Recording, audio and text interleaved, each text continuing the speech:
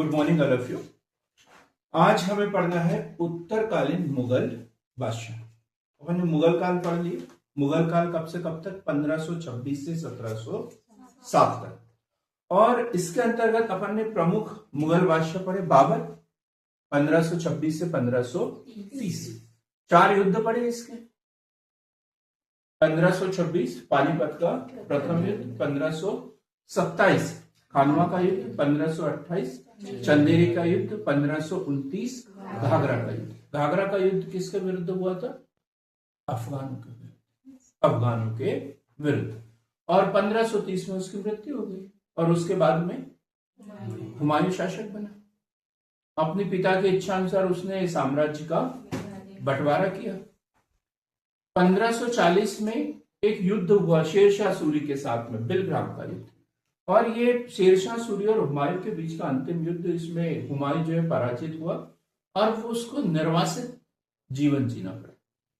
और फिर 1555 में मच्छीवाड़ा का युद्ध।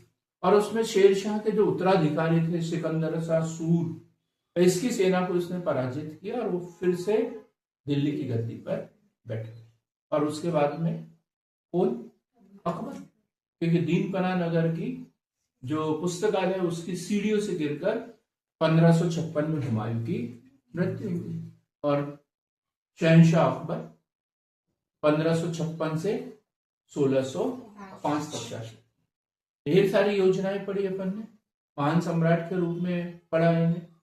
तीर्थ यात्रा कर बंद कर दिया इन्होंने, जजिया कर बंद कर दिया, दास प्रथा समाप्त कर दी, मजहर की घोषणा की, दीने इलाही की घोषणा की, इबादत खाना बनाया इन्होंने। ढेर सारे ऐसे काम किए जो इतिहास में प्रसिद्ध हुए।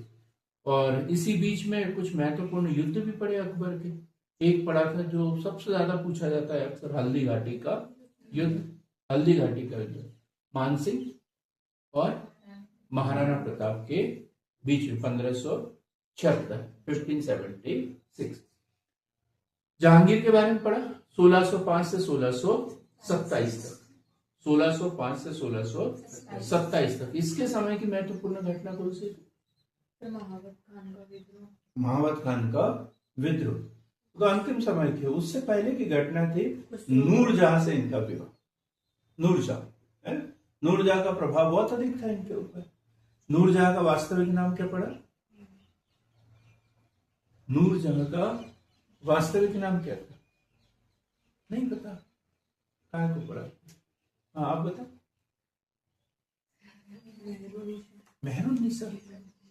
मेहरुन्निसा मिर्जा गयास बेग की पुत्री थी, आसफ खान की बहन थी। और माँ का नाम क्या था? अस्मत बेगम, जिन्होंने इत्र का आविष्कार किया था। और जो नूरजहां है उसका शासन पर बहुत अधिक प्रभाव था। इसका एक गुट था, नाम था जुनता गुट। नाम क्या था उसका? जुनता गुट। उसमें अस्मत बेगम, गयास बेग और आसफ खान और नूरजहां ये मिलकर साजिशें करते रहे। फिर जहांगीर लाहौर जा रहा था और उधर ही उनकी मृत्यु हो गई। इनका मकबरा भी कहाँ है? लाहौर में। और फिर शाहजहां शासक बने, शहंशाह बने। तो शाहजहां का शासनकाल 1627 से 1658 तक। 1627 से 1658 तक। इनके समय की महत्वपूर्ण घटना मुमताज महल। और 1631 में बुरहानपुर के पास में अपनी 14वीं संतान को जन्म देते समय मुमताज महल की मृत्यु हुई। उसका वास्तविक नाम क्या था? आरजुमंद बानो बेगम। इसकी मृत्यु होगी। और इसके बाद में शाहजहां जो है शोक में चला और फिर उसने ताजमहल का निर्माण बनाने की प्लानिंग।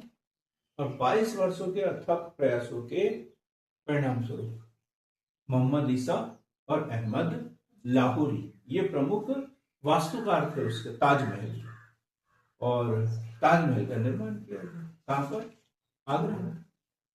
1658 में शाहजहां को जो है औरंगजेब ने बंदी बना दिया।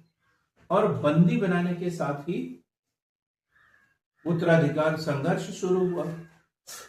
और उत्तराधिकार संघर्ष में जो है वो शाहजहां वो तो बंदी बनाया, और उत्तराधिकार संघर्ष में दारा शिकोह, शाह सूजा और एक कोई शाह सूजा सबसे बड़ा भाई दारा शिकोह, उसके बाद औरंगजेब, फिर मुराद बख्श और फिर शाह। चारों भाइयों के बीच में युद्ध हुआ, संघर्ष हुआ। अंतिम विजय जो है वो औरंगजेब को मिली, और वो 1658 से लेकर 1707 तक, 1658 से 1707 तक उसने भारत पर शासन किया। और उद्देश्य क्या था इनका? दारुल हर्ब, दारुल हर्ब से दारुल इस्लाम बनाना, ये इसका उद्देश्य था। कठोर धार्मिक नीति अपनाई, और दक्षिण के ऊपर उन्होंने ज्यादा ध्यान दिया। 1682 में शहजादा अकबर का पीछा करते करते वो कहाँ गया? दक्षिण की ओर गया, और फिर उधर अहमदनगर, बीजापुर, गोलकुंडा, इधर ये उलझते रहा, और 1707 में उसके दक्षिण में ही मृत्यु हुई। इसने भी कोशिश की थी एक ताजमहल बनाने की, और नाम क्या रखा उसका? बीबी का मकबरा। बीबी का मकबरा दौलताबाद, औरंगाबाद के दौलताबाद, वहां पर बनाने की कोशिश की। फुआड़ नकल कहते हैं इसे, पढ़ लिया ही हमने। और 1707 में जब औरंगजेब की मृत्यु हुई तो उसने क्या बोला था? मैंने किसी का भला किया नहीं, तो इसलिए मुझे कुछ अच्छा होने की आशा भी नहीं है, अकेला आया था अकेला जा रहा हूं, ये उसने बोला था। और ये बात सही थी, ये बात सही थी।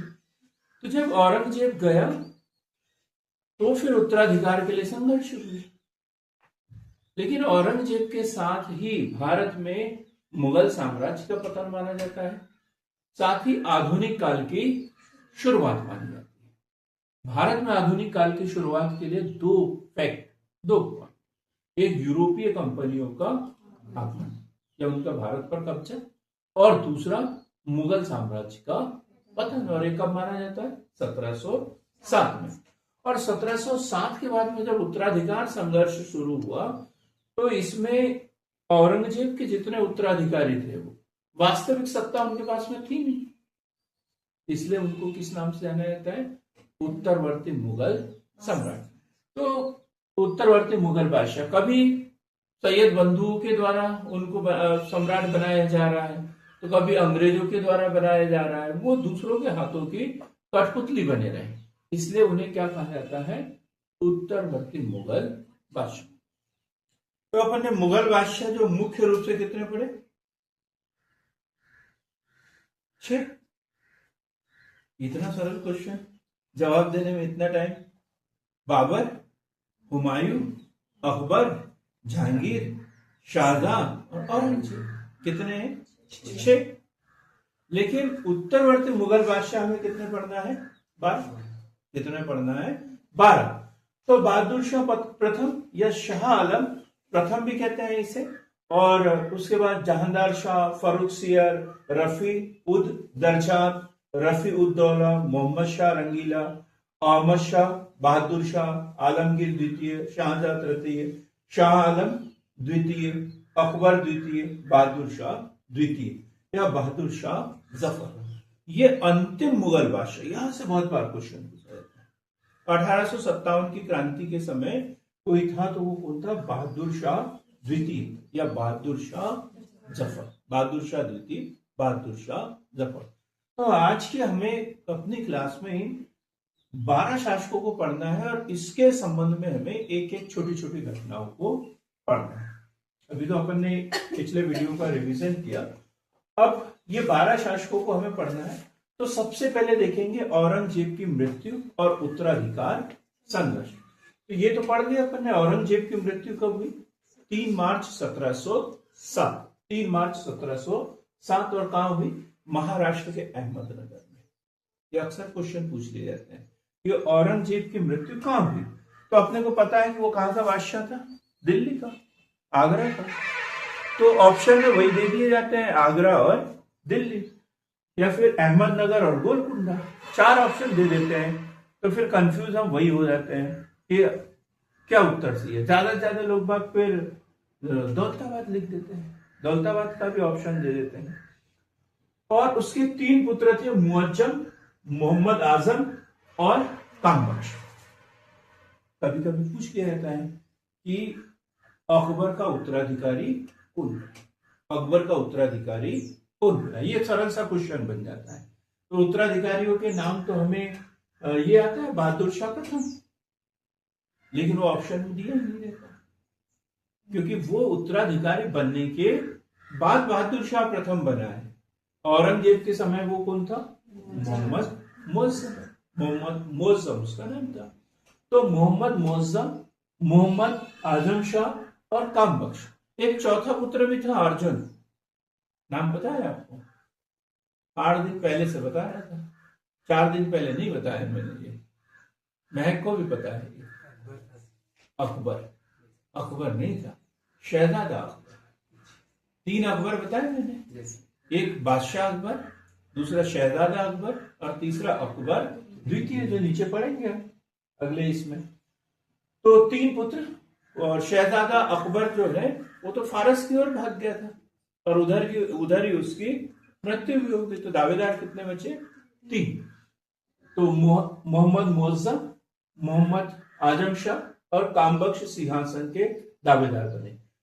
अब मुगल साम्राज्य के पतन का कारण अपन ने पढ़ा कि उत्तराधिकार का कोई नियम नहीं था। जैसे गुप्त काल में एक नियम था, ज्येष्ठाधिकार, भाई जो बड़ा पुत्र होगा वही सम्राट बनेगा।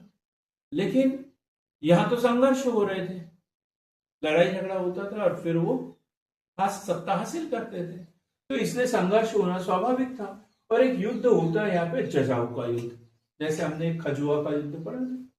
खजुआ का युद्ध किससे संबंधित है? खजुआ का युद्ध ये औरंगजेब के उत्तराधिकार संघर्ष से संबंधित है। खजुआ का युद्ध कौन मारा गया था इसमें? सुलेमान शिको, दारा शिको का पुत्र सुलेमान शिको। तो यहाँ पे जजाऊ का युद्ध, ये दोनों में कंफ्यूज हो जाते हैं। खजुआ का युद्ध तब हुआ जब औरंगजेब को बादशाह बनना था, और जजाऊ का युद्ध तब होगा जब औरंगजेब का शासनकाल समाप्त हो जाएगा और उसके पश्चात जो उत्तराधिकार का युद्ध होगा। जजाऊ का युद्ध 18 जून 1707, 18 जून 1707 मुअज्जम और आजम शाह के बीच में आगरा के निकट लड़ा गया था। मुअज्जम बहादुर शाह प्रथम और आजम शाह के बीच में, और मुअज्जम विजय हुआ तथा आजम शाह और उसका पुत्र युद्ध में मारे गए। अब एक प्रतिद्वंदी बचा, उसका पुत्र कामबख्श। इसके बाद बहादुर शाह प्रथम ने अपने छोटे भाई कामबख्श के विरुद्ध अभियान चलाया और हैदराबाद के निकट 1709 ईस्वी में हुए युद्ध में कामबख्श को पराजित किया और उसकी मृत्यु हो गई, कामबख्श की। अब मुगल बादशाह को मुअज्जम, मोहम्मद मुअज्जम, और किस नाम से वो गद्दी पर बैठा?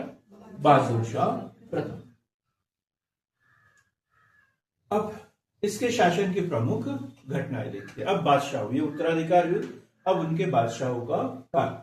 तो बहादुर शाह प्रथम 1707 से 1712 ईस्वी, 1707 से 1712, 5 साल का शासनकाल है, अल्प शासनकाल है, क्योंकि 1707 से 1857 तक हमें 12 मुगल बादशाहों को पढ़ना है।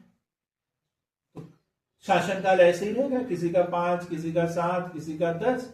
एक दो बादशाही है जिनका शासनकाल 30-35 साल का है, वो भी नाम मात्र के है इसलिए।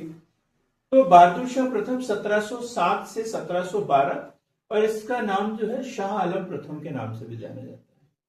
अब यहां कंफ्यूज हो जाते हैं। शाह आलम प्रथम, वास्तविक नाम उसका मुअज्जम, तो फिर दिक्कत हो जाती है। शाह आलम हम किसी और को समझते हैं, लेकिन हम पढ़ेंगे बक्सर का युद्ध 1764, और तब मुगल बादशाह कौन था? शाह आलम द्वितीय। ये शाह आलम प्रथम और वो पढ़ेंगे शाह आलम द्वितीय। प्रमुख घटनाएं क्या हुआ? जजाऊ का युद्ध अभी पढ़ लिया अपन ने। जजाऊ के युद्ध में उसने अपने भाई को पराजित किया और मुगल बादशाह बने। 1709 में अपने भाई कामबख्श को पराजित किया उसके अलावा कोई बड़ी उपलब्धि नहीं है। अब इसने अकबर वाली नीति अपनाई, अकबर वाली नीति अपनाई। उसको पता था कि मेरे पिताजी औरंगजेब ने जो है वो उल्टे काम किए और उस कारण ये सब नौबत आई, हमारा साम्राज्य जो है वो सीमित हो गया। तो हमें क्या करना चाहिए, राजपूतों के साथ समझौते की नीति अपने संबंधों को सुधारने का प्रयास किया उसने। सिखों के विरुद्ध अभियान चलाया और बंदा बहादुर सच्चा बादशाह। सिखों के कितने गुरु हुए हैं रविंद्र? 10 हुए। सिखों के कितने गुरु हुए हैं? 10। पहले कौन थे गुरु? नानक, गुरु नानक देव, ठीक, प्रथम गुरु है ये। और 10वें और अंतिम गुरु गोविंद सिंह। अब गुरु गोविंद सिंह ने क्या किया, इस गुरु परंपरा को ही खत्म कर दिया, गुरु परंपरा को ही खत्म कर दिया। लेकिन उनके उत्तराधिकारी तो हुए, उनके उत्तराधिकारी कौन थे? बंदा बहादुर, बंदा बहादुर। और इन्हें क्या बोला जाता है? सच्चा बादशाह, सच्चा बादशाह, ठीक। तो चूंकि सिखों ने इनके विरुद्ध अभियान चलाया था, वो कट्टरता थी उनके अंदर और विद्रोह को दबाने का प्रयास किया। बंदा बहादुर को मृत्युदंड दे दिया, लेकिन संघर्ष तो इनका हुआ। मराठों के साथ समझौते के प्रयास किए।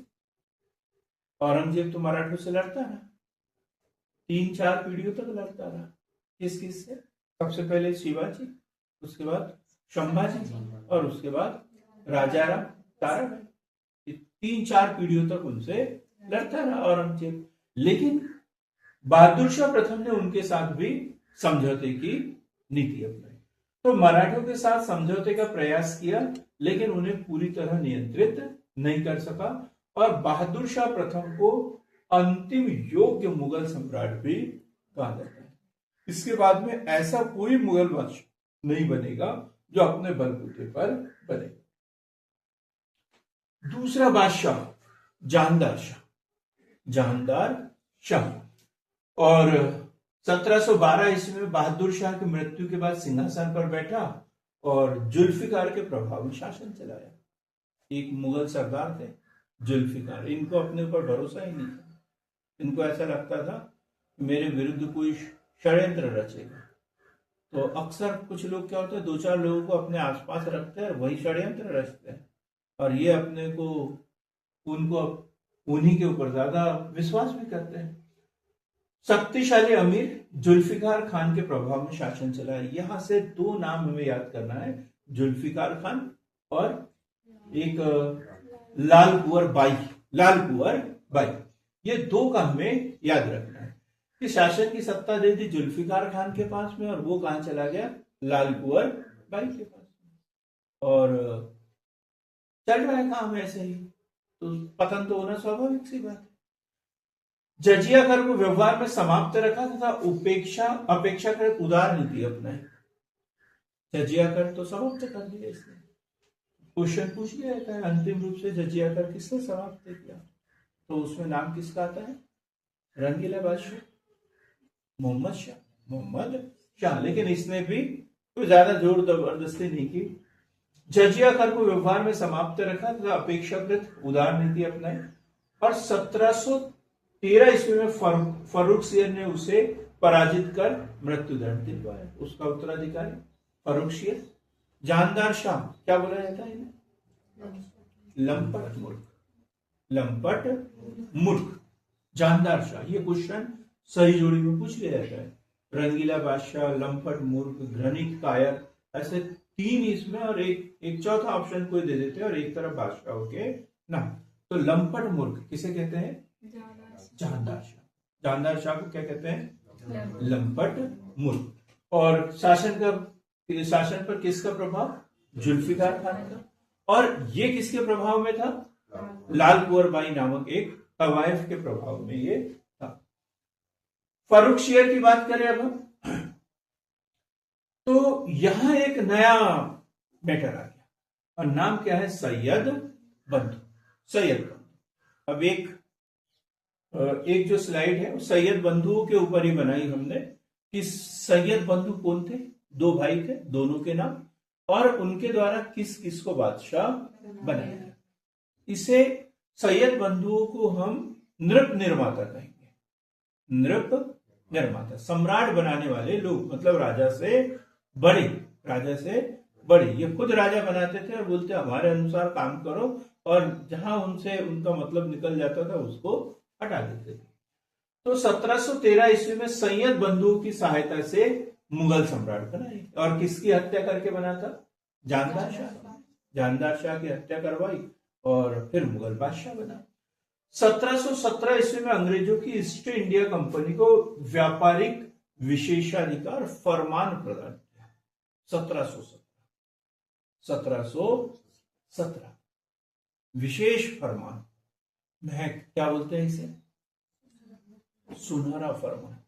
और जब भी ब्रिटिश ईस्ट इंडिया कंपनी के बारे में पढ़ेंगे तो एक ही शब्द, सुनहरे फरमान का दुरुपयोग, सुनहरे फरमान का दुरुपयोग। अक्सर यहां से क्वेश्चन बनता है, किसने दिया था उसे? फारूक सियाह ने। क्यों दिया? डॉक्टर आए थे। क्या बात है, क्या बात। तो डॉक्टर आने से इसका क्या संबंध? ये बीमार भी तो होना चाहिए, ये बीमार था, है ना। और इसको बड़ी कोई लाइलाज बीमारी हो गई थी, कोई बड़ा फूला टाइप कुछ हो गया था इसे, न उठना बन रहा, न बैठना बन रहा, न शराब अच्छी लग रही, न खाना अच्छा लग रहा, कुछ भी अच्छा नहीं, बीमारी ध्यान में आती थी। वो ब्रिटिश दल आया इनके पास में, वो कुछ बोल रहे थे, ये सुनते ही नहीं थे, इनका ध्यान कहीं और था। तो वो तो थोड़े से मनोवैज्ञानिक टाइप होते हैं, वो एक आदमी नहीं आता, कभी दल आता है, और दल में क्या है, वो अलग अलग तरीके के सदस्य रहते हैं। अब ऐसे नहीं कि हमारे यहाँ जैसे एक ही तरीके के लोग पहुंचा दिए, वहां ऐसा नहीं होता। वो समझ जाते हैं कि कुछ ना कुछ गड़बड़ हो सकती है, तो अलग अलग तरीके के 5 लोग भेजे तो एक छठवां सदस्य डॉक्टर के रूप में भेजेंगे, 7वां सदस्य वकील के रूप में भेजेंगे, 8वां सदस्य इंजीनियर के रूप में भेजेंगे कि कहीं कुछ गड़बड़ी हो गई तो क्या करेंगे। ऐसे वो सहायक दल भेजते थे। तो बातों बातों में किसी ने बता दिया, इनके जैसे लोग रहते हैं चुपचाप बैठने वाले, लेकिन कानाफूसी करते रहते हैं वो। अरे बोले बादशाह बात नहीं सुन रहे अपनी, क्योंकि बोले उनको वो बीमारी है, उनका ध्यान बीमारी में। बोले हमारे पास डॉक्टर भी, डॉक्टर आया, उन्होंने चीरा लगा दिया, फोड़ा ठीक कर दिया। मुगल बादशाह बोले बताओ क्या चाहिए? बोले साहब हम तो व्यापारी हैं, व्यापार करना चाहते हैं, लेकिन क्या है कि अब यहाँ से माल खरीदेंगे, ब्रिटेन लेके जाएंगे, तो यहाँ पर टैक्स अलग दो, रास्ते में टैक्स अलग दो, वहां टैक्स अलग दो, तो हम टैक्स दे दे के ही थक जाते हैं, बोले हमें नुकसान हो जाता है। चलो हम तुम्हें क्या कर देते हैं कि इतना एक बार पैसा जमा कर दो, और फिर साल भर व्यापार करते रहो, जितना करना है उतना करते रहो। ये सुनहरा फरमान 1717 किसने दिया? फारूक सियाह। और इसी का वो दुरुपयोग करेंगे अंग्रेज लोग। फिर क्या करेंगे? दिया तो मैंने विजय मैडम को था, लेकिन इन्होंने पास बना के दे दी प्रिया को कि आज मैं खाना, मेरा बर्थडे, मैं आज नहीं आऊंगी, तुम चल जाना। बोले मैं आज कलकत्ता में रहूंगी, तुम दिल्ली में इसका उपयोग कर लेना। ये भी खुश हो गया। मद्रास वाले को भी दे दिया, बोले यहाँ कोई नेटवर्क सिस्टम है नहीं, आधार कार्ड है नहीं, तो वो कुछ फ्रिस्किंग उतनी होगी नहीं, तो तुम तो वहां कर लो, तुम वहां कर लो। एक ही जो फरमान है, एक ही समय में 10 जगह अलग अलग व्यक्ति उसका इस्तेमाल कर रहे। अब इनके जैसे लोग आए नए नए, बोले वो तो भारत के थे, तो मुगल बादशाह के पास गए, तो अंग्रेजों के पास गए। बोले कितना टैक्स लगता है? बोले 10%, सिर्फ 2% हमको देना, ले जा, बस बोल देना कि मेरा नहीं है, किसका है? विजया का है। तो भारतीय व्यापारी भी उसी दस्तक के माध्यम से अपना माल बेचने लगे। दुरुपयोग हुआ नहीं, मुगल बादशाह को अब टैक्स ही नहीं मिल रहा, तो ये दस्तक का उन्होंने दुरुपयोग किया। और ये बंगाल बिहार के ऊपर लागू था। बंगाल बिहार के नवाब थे, वो गरीब हो गए एकदम, उनके पास कोई इनकम ही नहीं बची, तो फिर उसका विरोध करते रहे। तो ये 1717 में इनके द्वारा ईस्ट इंडिया कंपनी को व्यापारिक विशेषाधिकार या फरमान प्रदान किया गया, जिसे सुनहरा फरमान के नाम से जाना गया। सैयद बंधुओं के प्रभाव से मुक्त होने का प्रयास किया, लेकिन असफल रहा। अब सैयद बंधुओं की मदद से बादशाह बना। अब उसने सोचा मैं बादशाह बन गया, अब इसकी जरूरत क्या है? लेकिन वो तो नृप निर्माता थे, बोले हमें बनाना आता है तो उठाना भी आता है, उठाना भी आता है। और उसने सैयद बंधुओं ने इसको खत्म करवा दिया। और बंदा बहादुर सिंह, इसके समय की एक बड़ी घटना, फारूक सियर ने बंदा बहादुर को मृत्यु दंड दिया 1716, और 1719 में सैयद बंधुओं ने उसे पद से अलग कर उसकी हत्या करवा दी। तो 2-3 घटनाएं इसके समय की कि 1716 में बंदा बहादुर को मृत्यु दंड दिया, 1717 में सुनहरा फरमान जारी किया अंग्रेजों के लिए, और 1719 में सैयद बंधुओं ने उसकी हत्या कर दी। ये अगला बादशाह, यह नाम नहीं लिखा मैंने। तो फारूक सियर के बाद में कौन? रफी उद दरजात। रफी उद दरजात की बात करेंगे। और सैयद बंधुओं ने फारूक सियर को हटाया और उसकी जगह किसको बनाया? रफी उद दरजात। ये भाई भाई थे, रफी उद दरजात और रफी उद दौला, दोनों भाई भाई थे। लेकिन भाई भाई थे, जुड़वा भाइयों की एक खासियत होती है, आपको पता ही नहीं होगा। नहीं, आपको कैसे पता होगा? आपको वो एक साथ बीमार होते हैं, तो दवाई भी एक साथ दोनों को देना पड़ता है। एक बीमार हुआ तो समझ जाओ कि 5-10 मिनट में दूसरा भी बीमार होने वाला है। एक को नींद आती है तो दूसरा भी सो जाता है। एक उठता है तो दूसरा, ऐसा नहीं होता है कि बारी बारी से सोएंगे जागेंगे, ऐसा नहीं, एक जैसा होता है। तो इनके साथ में एक जैसी बीमारी थी दोनों। तो अब देखेंगे, सैयद बंधुओं ने उसे मुगल सम्राट बनाया। अत्यंत कमजोर है, अस्वस्थ शासक, बीमार थे सैयद बंधु। ये वास्तविक सत्ता सैयद बंधुओं के हाथ में थी। शासनकाल केवल 3 माह रहा इनका, और 3 माह में ऐसे क्या घटना करेंगे?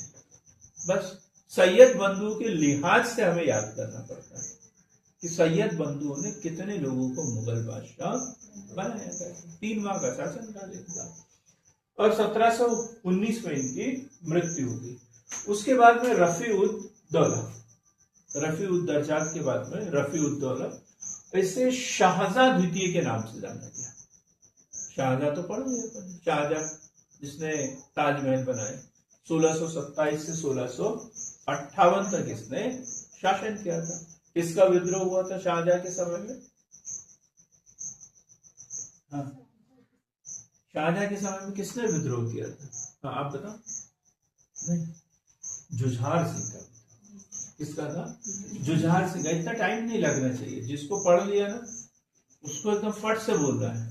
शाहजहां के समय में जुझार सिंह का विद्रोह। लेकिन ये कौन है? शाहजहां द्वितीय की बात कर रहे हैं। शाहजहां द्वितीय के नाम से किसे जाना गया? सरल सा क्वेश्चन बन जाता है, और ये तो बड़ी बड़ी किताबों में मिलता ही नहीं है। जैसे हमें छोटी किताब में या मेरे जैसा छोटा आदमी पढ़ा देता है। तो रफी उद दौला को शाहजहां द्वितीय के नाम से सम्राट बना, और किसके सहयोग से बना? सैयद बंधुओं के सहयोग से बना। सैयद बंधुओं के सहयोग से बना। और शासनकाल जून 1719 से सितंबर 1719, क्योंकि उसका भाई था ना, वो अस्वस्थ था, तो ये कैसे अच्छा रह सकता है? उसने जब 3 माह शासनकाल रहा उसका, तो ये 3 साल कैसे कर सकता है? नहीं कर सकता। तो इसका भी शासनकाल लगभग उतना। सैयद बंधुओं ने उसे सम्राट बनाया, वह भी गंभीर रूप से बीमार था। सैयद बंधुओं के नियंत्रण में रहा। प्रशासनिक स्थिरता जो है वो स्थापित नहीं कर पाया। 3 महीने में क्या कर पाएगा? जो इतने दिन से बिगड़ा हुआ शरीर है, उसे बोलेंगे 3 महीने में ठीक कर लो, तो जितना टाइम बिगड़ने में लगा है उससे डबल टाइम तो सुधारने में लगेगा, है ना? और वो एडवर्टाइजमेंट आता है कि 3 दिन में 50 किलो वजन कम। सामने वाले का 49 किलो है, वो जाता है, उसे तुम्हारा भी कर देंगे, उसको उनसे कोई लेना देना नहीं है। कल के अखबार में आई थी एक न्यूज, वो कहां पर, हरियाणा तरफ कोई एक हॉस्पिटल है, वहां पर वेट कम करने का इलाज करवाते हैं, और वो फर्जी आईडी ये वो बना के लूटते रहते हैं। हम जैसे लोग भी लुटा गए उसमें, तो उसमें कोई दिक्कत नहीं है। तो शासनकाल इनका जून 1719 से सितंबर 1719। कोई महत्वपूर्ण घटना नहीं। मोहम्मद शाह रंगीला, नाम ही काफी है इनका। एमपीपीएससी वालों को, यूपीएससी वालों को, UPPSC, Bihar PSC, Rajasthan PSC, सभी प्रकार के पीएससी, सभी प्रकार के एग्जाम देने वाले जो बच्चे हैं उनको उनके दृष्टिकोण से बड़ा महत्वपूर्ण है। वो लोग बड़े खुश रहते हैं इनसे, क्योंकि सरल सा क्वेश्चन इससे संबंधित पूछा जाता है। नाम ही है उनका मोहम्मद शाह रंगीला। और 1719 से 1748 तक लंबा शासनकाल है इनका, लंबा शासनकाल। सबसे लंबे समय तक शासन करने वाले उत्तरकालीन मुगल सम्राटों में से एक आएगा जो इससे भी लंबा शासन करेगा। 1720 में सैयद बंधुओं का प्रभाव समाप्त हो गया। अब ये शासक बना, अब सैयद बंधु कब तक जिएंगे बेचारे, एक न एक दिन तो जाना ही पड़ता है। वैसे ही कमजोर हो गए, उनका विरोध भी होने लग गया, तो इसको लगा कि अब मैं तो बादशाह बन गया हूं, अब इनको हटाना जरूरी है। तो यहां से क्वेश्चन बनता है, सैयद बंधुओं को किसने हटाया? किसने? मोहम्मद शाह रंगीला। मोहम्मद शाह रंगीला। 1720 में सैयद बंधुओं का प्रभाव समाप्त हुआ। 1724 में निजाम उल मुल्क ने हैदराबाद राज्य की स्थापना की। क्वेश्चन बहुत बार पूछा जाता है। निजाम उल मुल्क ने हैदराबाद राज्य की स्थापना की और भारतीय स्वतंत्रता के समय तक हैदराबाद राज्य बना रहा और विवादित रहा है। मुस्लिम सत्ता यहाँ पर थी और वो जो स्वतंत्र भारत में शामिल नहीं होना चाहते थे, वो पाकिस्तान के पक्षधर थे। तो 1724 में निजाम उल मुल्क ने हैदराबाद राज्य की स्थापना की। 3-4 क्वेश्चन यहाँ पे। हैदराबाद राज्य की स्थापना कब हुई? 1724। किसने की? निजाम उल मुल्क ने। किस मुगल बादशाह के समय में की? मोहम्मद शाह रंगीला के समय में। यहाँ ये क्वेश्चन कठिन हो जाता है। फिर नादिर शाह का आक्रमण 1739। नादिर शाह कहाँ का था? नादिर शाह ईरान का था। आक्रमणकारी, धन लूटने के इरादे से भारत में आया था। उसने देखा कि साला महमूद गजनवी ने लूटा, गोरी ने लूटा, उन्होंने खूब पैसा कमा के लाया, तो मैं क्यों नहीं? और अब तो उतना कोई बड़ा बादशाह वहां पर है नहीं, अब तो कोई भी जाके तमाचा मार सकता है, तो चलो हम भी चलते हैं। और 1739 में नादिर शाह ने दिल्ली पर आक्रमण किया। पहला आक्रमणकारी जिसने सीधा दिल्ली पर आक्रमण किया। पहले के जो आक्रमणकारी होते थे वो इधर आक्रमण करते थे, गुजरात तरफ या पंजाब तरफ, मतलब पश्चिम भारत पर आक्रमण करते थे। और इसने सीधी चढ़ाई कहां पर की? दिल्ली पर। 1739 में यहां से क्वेश्चन बनता है, 1740 में दिल्ली पर आक्रमण किया। उस समय मुगल बादशाह कौन था? ये क्वेश्चन बनता है। ये तो सरल है, कौन था? मोहम्मद शाह रंगीला। अब दिल्ली में कत्लेआम किया उसने, रंगीला तो भाग गया वहां से, कहीं और बिना संघर्ष के ही वो छोड़ के चला गया। दिल्ली में रहा और क्या लेके गया अपने साथ में? मयूर सिंहासन लेके गया। कोहिनूर हीरा ही लेके नहीं गया, मयूर सिंहासन जिसे शाहजहां ने बनाया, और कोहिनूर हीरा जो उसमें जड़ा हुआ था। और उसने सोचा इसमें से हीरे एक एक निकालेंगे, बटोरेंगे, तब तक तो टाइम हो जाएगा। तो वो पूरा सिंहासन का सिंहासन उठाकर लेके चला गया। सिंहासन तो तहस नहस कर दिया वहां पे उन्होंने।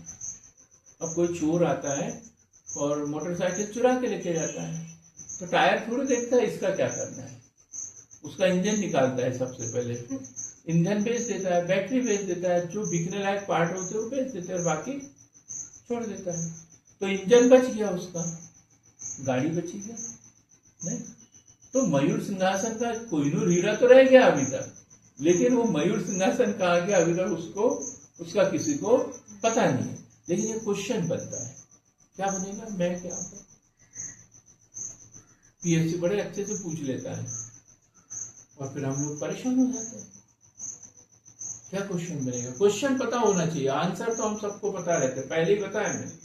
हम जब पढ़ते हैं तो हमें ये तय करना पड़ता है कि ये हमने पढ़ लिया, अब यहाँ से क्वेश्चन कैसे बनेगा, क्वेश्चन हमें तय करना पड़ता है। तो यहाँ पूछेगा क्वेश्चन, आपको तो पता है, समझ गया यार। हाँ,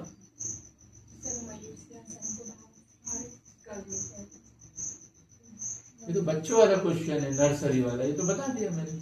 क्वेश्चन बनेगा यहाँ पे, मयूर सिंहासन पर बैठने वाला अंतिम मुगल बादशाह कौन है?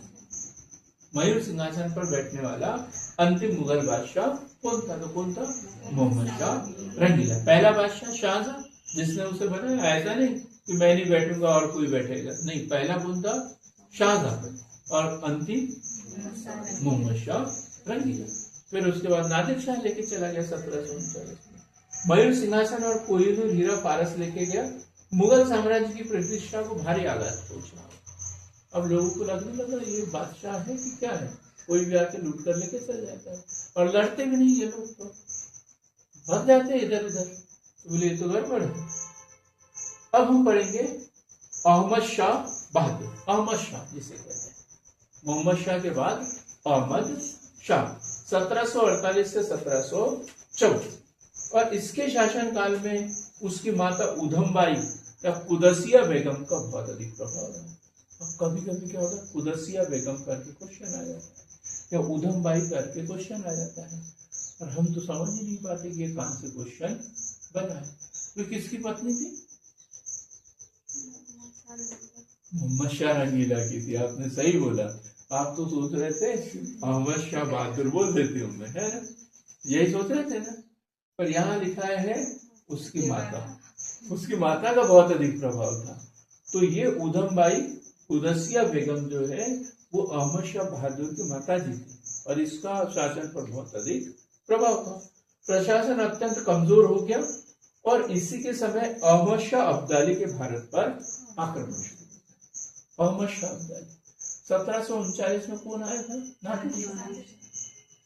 अब अहमद शाह अब्दाली उसका उत्तराधिकारी बना फारस में, तो उसने सोचा कि ये गया था नादिर शाह, तो कोहिनूर हीरा लेके आया, मैं जाऊंगा तो मैं भी कुछ ना कुछ लेकर ही आऊंगा, क्योंकि अब 5-6 साल हो गए, तो मुगल बादशाहों ने लोगों से पैसा एकत्रित करके रखा होगा, टैक्स के रूप में वसूल किया होगा, जमा किया होगा, अब मैं वसूल करके ले आता हूँ। तो उसने प्रयास करना शुरू किए थे, ढेर सारे आक्रमण कर रहा था, लेकिन वो पश्चिमोत्तर भारत में कर रहा था, दिल्ली तक अभी नहीं पहुंचा। और लेकिन तब तक क्या हुआ, दक्षिण में मराठे सक्रिय हो गए। मराठों ने ये गोलकुंडा, बीजापुर, इनसे चौथ वसूल करना शुरू कर दिया था। तो मराठों की सेना ये वो ग्वालियर, इंदौर, इधर तक उनका अधिकार हो गया मराठों का। तो अब वो सोचते थे, मराठे भी एक सपना देखने लग गए, मराठे भी सपना देखने लग गए, क्या कि अब हम दिल्ली के ऊपर शासन।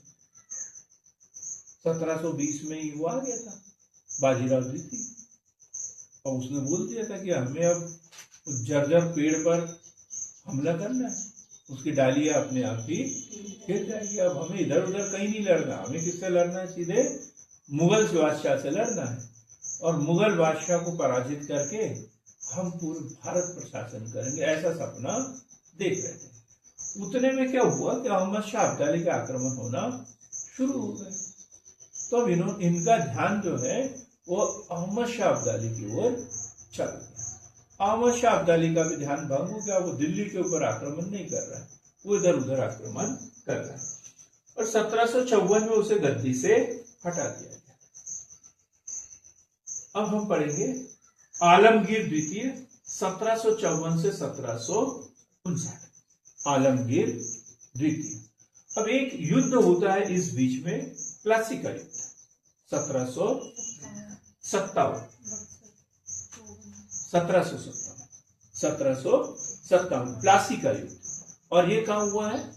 बंगाल के नवाब, बंगाल का नवाब सिराजुद्दौला और अंग्रेज जो अधिकारी है क्लाइव के बीच में। अब क्वेश्चन बन जाता है, हम तो उसको बड़े अच्छे से पढ़ लेते हैं, 1757 का युद्ध, बंगाल के नवाब सिराजुद्दौला और क्लाइव के बीच में, लेकिन मुगल बादशाह कौन था ये तो हम पढ़ते ही नहीं। तो उस समय, और क्वेश्चन ऐसे पूछते हैं कि ये सिर्फ डायरेक्ट क्वेश्चन नहीं पूछते, हाथ को घुमा के पकड़ते हैं। तो किसके समय में हुआ था ये? किस मुगल बादशाह के समय में हुआ था? आलमगीर द्वितीय के समय में। आलमगीर प्रथम कौन था? औरंगजेब।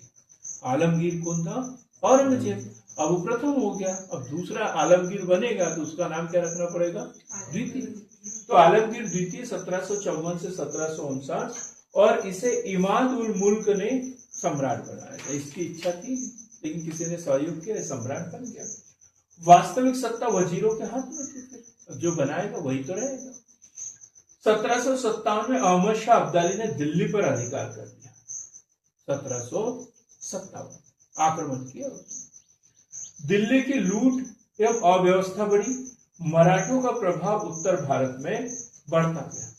अब अहमद शाह अब्दाली जो है वो दिल्ली पर अधिकार करने की प्लानिंग कर रहे हैं।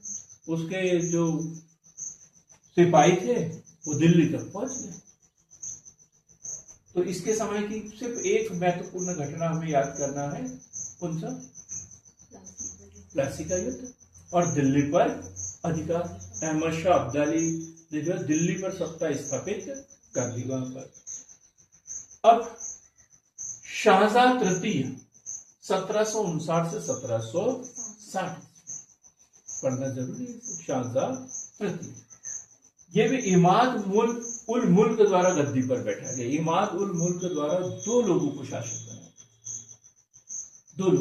बनाया गया। एक इससे पहले वाला आलमगीर द्वितीय और दूसरा शाहजहां तृतीय को। 1 वर्ष का शासनकाल। वास्तविक सत्ता मराठों और वजीरों के हाथ में। मराठों का हस्तक्षेप बढ़ते चला गया। प्रशासन में स्थिरता नहीं, कोई इसका महत्वपूर्ण नहीं, कोई कार्य महत्वपूर्ण नहीं है। अब एक जैसे मोहम्मद शाह रंगीला महत्वपूर्ण शासक, वैसे कौन? शाह आलम द्वितीय। 1760 से 1806 ईस्वी, 1760 से 1806 ईस्वी तक 46 वर्ष का लंबा शासन। तो ये मुगल बादशाहों में तीसरा लंबा शासनकाल। पहले नंबर पे अकबर, फिर औरंगजेब और ये शाह आलम द्वितीय। उत्तरकालीन मुगल बादशाहों में सबसे लंबा शासनकाल शाह आलम द्वितीय और दूसरे नंबर पे मोहम्मद शाह रंगीला। तो पानीपत का तीसरा युद्ध, पानीपत का प्रथम युद्ध 1526 पानीपत का प्रथम युद्ध 1526 बाबर और इब्राहिम लोदी के बीच। फिर पानीपत का द्वितीय युद्ध 1556 अकबर और हेमचंद विक्रमादित्य हेमू के बीच में। अकबर और हेमू के बीच में 1526। किसका सिपाही था हेमू? अफगान शासक आदिल शाह सूर का सेनापति था ये, लेकिन उसने दिल्ली पर कब्जा कर लिया था और दिल्ली की गद्दी पर बैठने वाला अंतिम हिंदू शासक था। और विक्रमादित्य की उपाधि धारण करने वाला 14वां शासक हेमचंद्र विक्रमादित्य। एक व्यापारी था, बनिया था वैसे वो, पर वो शासक बन गया। तो इसके समय की तीसरी घटना है 1761 पानीपत का तृतीय युद्ध। इसको डिटेल में पढ़ेंगे अगली स्लाइड में हम। तो 1761 पानीपत का तृतीय युद्ध किसके बीच में हुआ? पानीपत का तृतीय युद्ध अहमद शाह अब्दाली और मराठों के बीच। अब क्या हुआ कि अहमद शाह अब्दाली दिल्ली पर अधिकार करके मुगलों को वहां से खदेड़ने के चक्कर में, और दिल्ली पर अधिकार करने का सपना कौन देख रहे थे? मराठे। बोले मुगल बादशाहों को हराने से तो कोई फायदा नहीं है, हारे हुए थे। हम सिर्फ दिल्ली पर अधिकार कर सकते हैं, अपनी क्षमता को बढ़ा सकते हैं, लोगों के बीच में अपना प्रचार प्रसार कर सकते हैं। तो हमें अहमद शाह अब्दाली को पराजित करना चाहिए, क्योंकि ये सबसे बड़ा शत्रु है अभी भारत का। इसको पराजित करेंगे तो हम अपने आप ही दिल्ली के बादशाह बन जाएंगे।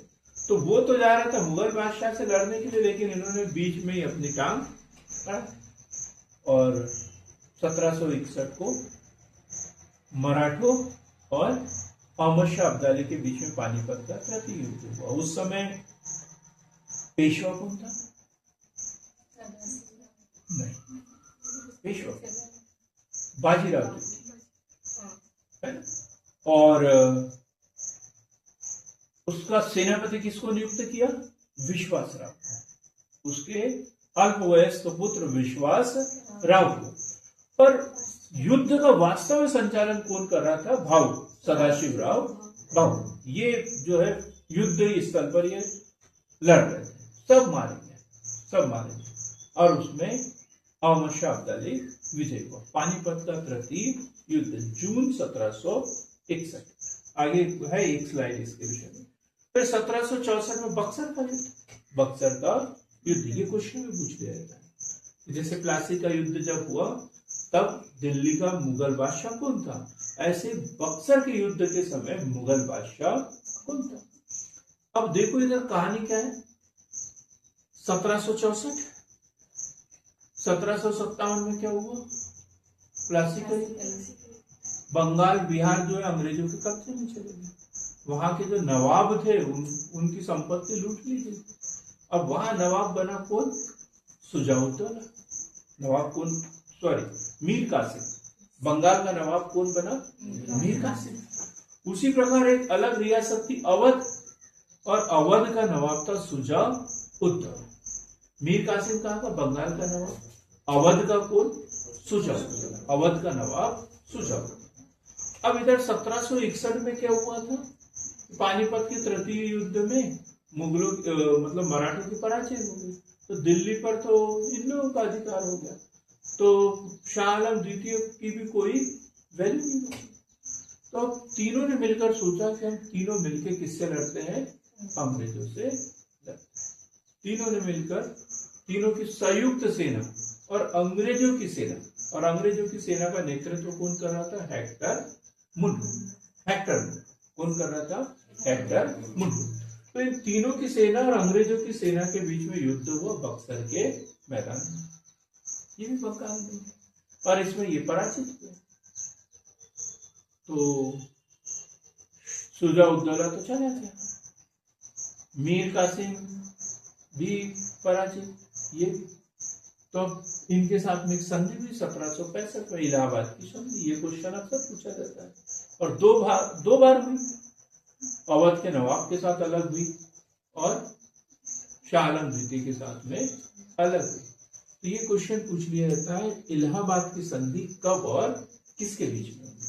तो 1765 अंग्रेजों और शाह आलम द्वितीय के बीच में। इलाहाबाद की द्वितीय संधि तो अंग्रेजों और सुजाउद्दौला के बीच में हुई। ये याद रखेंगे बराबर। तो इसके समय की तीन महत्वपूर्ण घटनाएं, पानीपत का तृतीय युद्ध, बक्सर का युद्ध और इलाहाबाद की संधि। अब ये जो इलाहाबाद की संधि के तहत मुगल बादशाह की पेंशन निर्धारित कर दी। अब आपको इतना पैसा देंगे और इतने में आपको शासन चलाना, बाकी टैक्स वसूल करना ये वो किसके हाथ में, अंग्रेजों के हाथ में। कठपुतली शासक हो गया। और इसका एक गुलाम था कादिर, उसको गुस्सा आ गया था, भाई कोई बाहर वाला आके हमको खूब चमकाए और हम अपने अधीनस्थ को चमकाए, तो अधीनस्थ को गुस्सा आएगा। फिर वो आता है, तुम उसको कुछ नहीं बोलते और हम तुम्हारे गुलाम है तो हमको और ज्यादा चमकाते हो। तो उसने क्या किया, उसको अंधा कर दिया, मुगल बादशाह को अंधा कर दिया। तो क्वेश्चन बनता है, किस मुगल बादशाह को उसके गुलाम द्वारा अंधा कर दिया गया था, किस मुगल बादशाह को, शाह आलम द्वितीय को। तो 1788 में गुलाम कादिर शाह ने उसे अंधा कर दिया और वो अंधे के रूप में शासन करते रहे। बेचारा नाम मात्र का था, उससे कोई लेना देना नहीं, इलाज करो और बने रहो, पेंशन तो मिलेगी कम से कम। अब इसके बाद में अकबर द्वितीय, यहां से भी क्वेश्चन पढ़ा है, एक क्वेश्चन मैंने, इसकी पेंशन थी, पेंशन बहुत कम थी, खर्चे ज्यादा हो गए, पेट्रोल की कीमतें बढ़ गई, गैस की कीमतें बढ़ गई। तो उसने बोला कि भाई चाय जो 5 रुपए की अब 10 रुपए में आ रही है, बड़ा जो है 10 रुपए का 15 रुपए में आ रहा है समोसा, तो मेरी पेंशन पहले जितनी थी उतनी है, तो बोले पेंशन बढ़ाना चाहिए। तो बढ़वाने के लिए जाएगा कौन, खुद को इंग्लिश आती नहीं है। तो उसने देखा कि पढ़ा लिखा व्यक्ति कौन है, तो उसने देखा राजा राममोहन राय, बहुत पढ़े लिखे, इसको अंग्रेजी भी आती है, फारसी भी आती है, फ्रेंच भी आती है। तो उनको बुलाया और बोले कि आज से तुम राजा हो। वो राय थे पहले से, और उन्होंने क्या बना दिया, इन्होंने राजा की उपाधि दी। ये क्वेश्चन अक्सर पूछा जाता है कि राम मोहन राय को राजा की उपाधि किसने दी? किसने दी थी? मुगल बादशाह अकबर द्वितीय। मुगल बादशाह अकबर द्वितीय ने उन्हें राजा की उपाधि दी और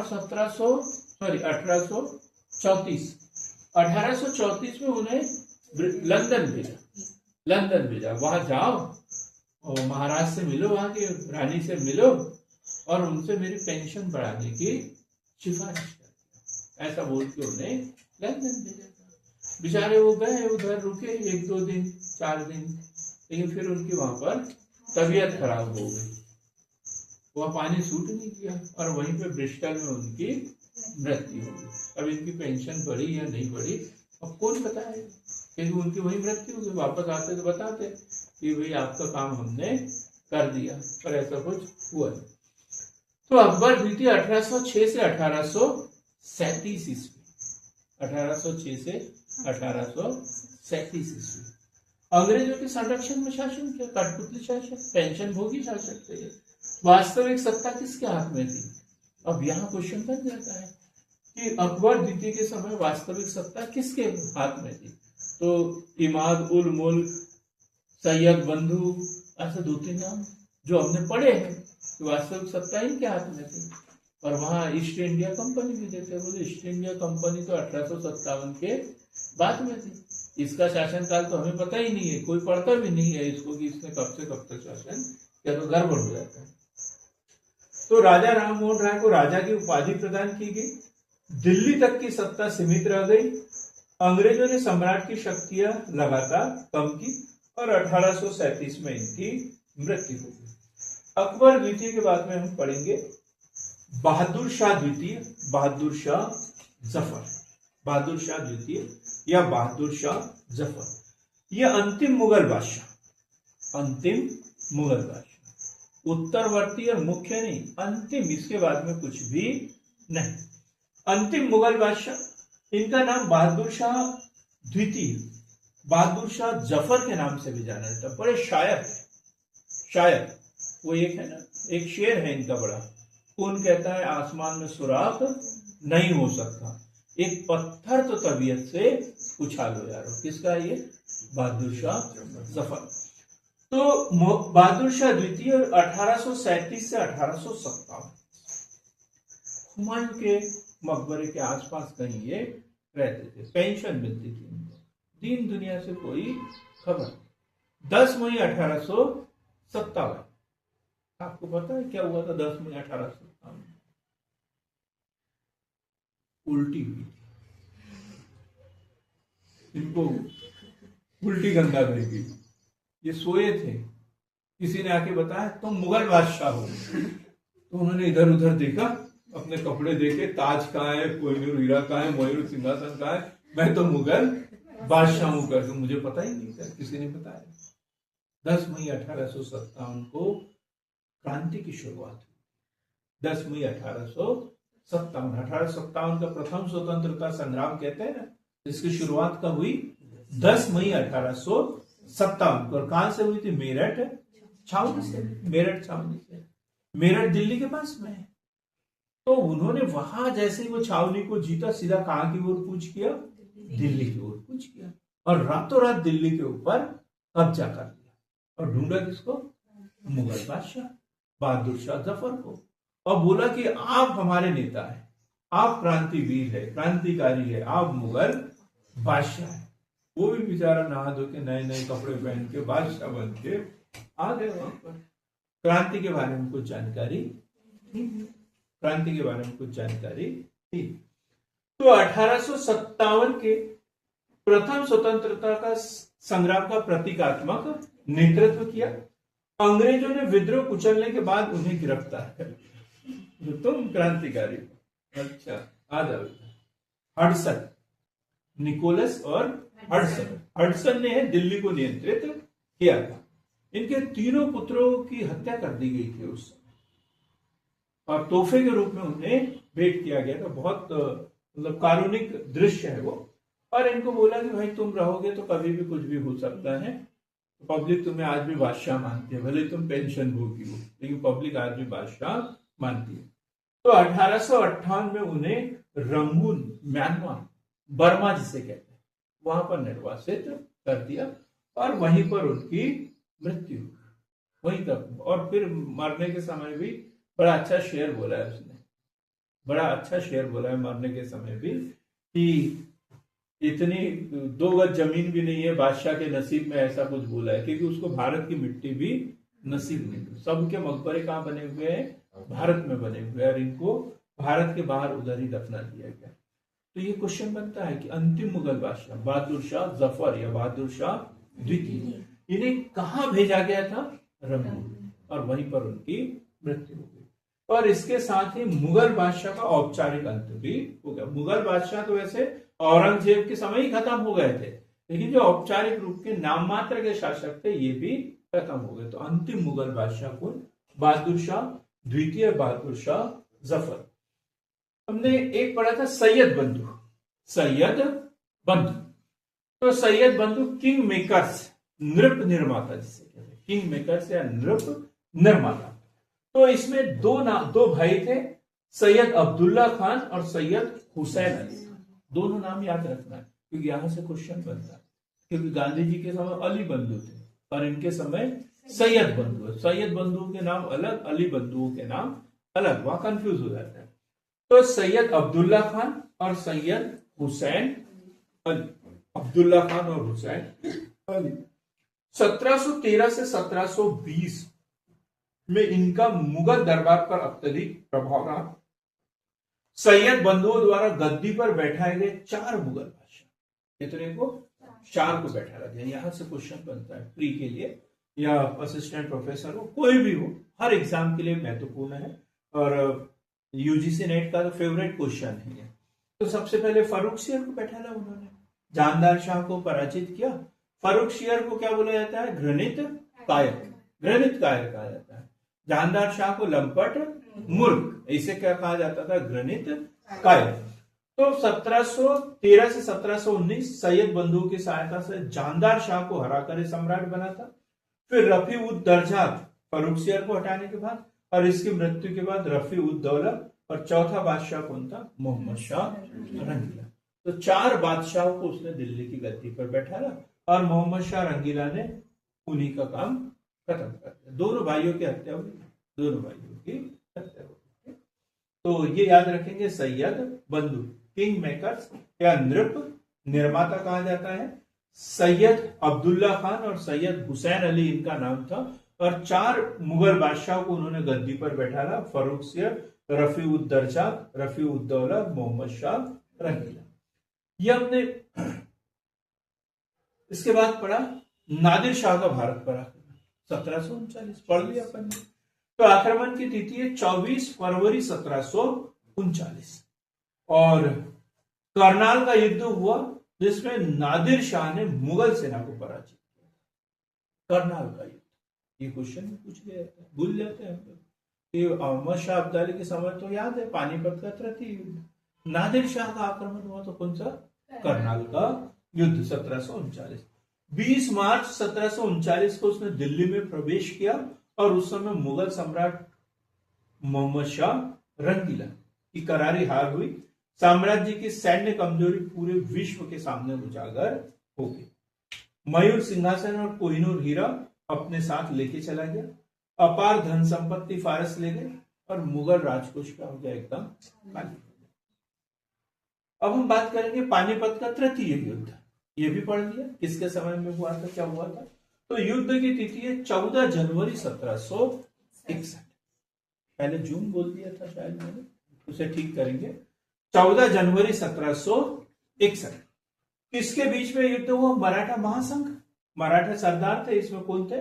मुख्य सेनापति विश्वासराव, जनकोजी शिंदे जी, तुकोजी शिंदे, इब्राहिम खान गार्दी। इब्राहिम खान गार्दी के बारे में क्वेश्चन पूछ लिया था। तोफ खाने का संचालक, मराठों के तोफ खाने का संचालक कौन था? इब्राहिम खान गार्दी। यशवंत राव पवार, ये यशवंत राव है ना? ये इब्राहिम खान गार्दी, ये यह जो है यहाँ का है, मैंने कॉमा गलत जगह लगा दिया। तो इब्राहिम शाह गार्दी, यशवंत राव पवार, अंताजी मानकेश्वर, ये जो है मराठा सरदार थे, मराठों की ओर से लड़ रहे थे। और अहमद शाह अब्दाली के थे, ये जो भारतीय शासक थे, जो अहमद शाह अब्दाली की ओर से लड़ रहे थे, कौन थे? नजीबुद्दौला, शुजाउद्दौला। शुजाउद्दौला कहाँ का शासक था? अभी बताया था मैंने, अवध का नवाब, अवध का नवाब शुजाउद्दौला। रोहिला अफगान सरदार, ये सब किसकी ओर से लड़ रहे थे? ये अहमद शाह अब्दाली का साथ दे रहे थे। और इसमें मराठों की पराजय हुई। और ये जितने भी सिपाही थे, मराठा योद्धा थे, सब के सब युद्ध स्थल पर ही मारे गए। और युद्ध की घटना की, पराजय की घटना सुनकर वो बाजीराव द्वितीय की भी मृत्यु हो गई थी। उसे मराठा काल में हम पढ़ेंगे क्या हुआ। तो इस तरीके से हमने पूरे 12 जो मुगल बादशाह है उसको और उसके संबंध में जो महत्वपूर्ण घटनाएं वो पढ़ी।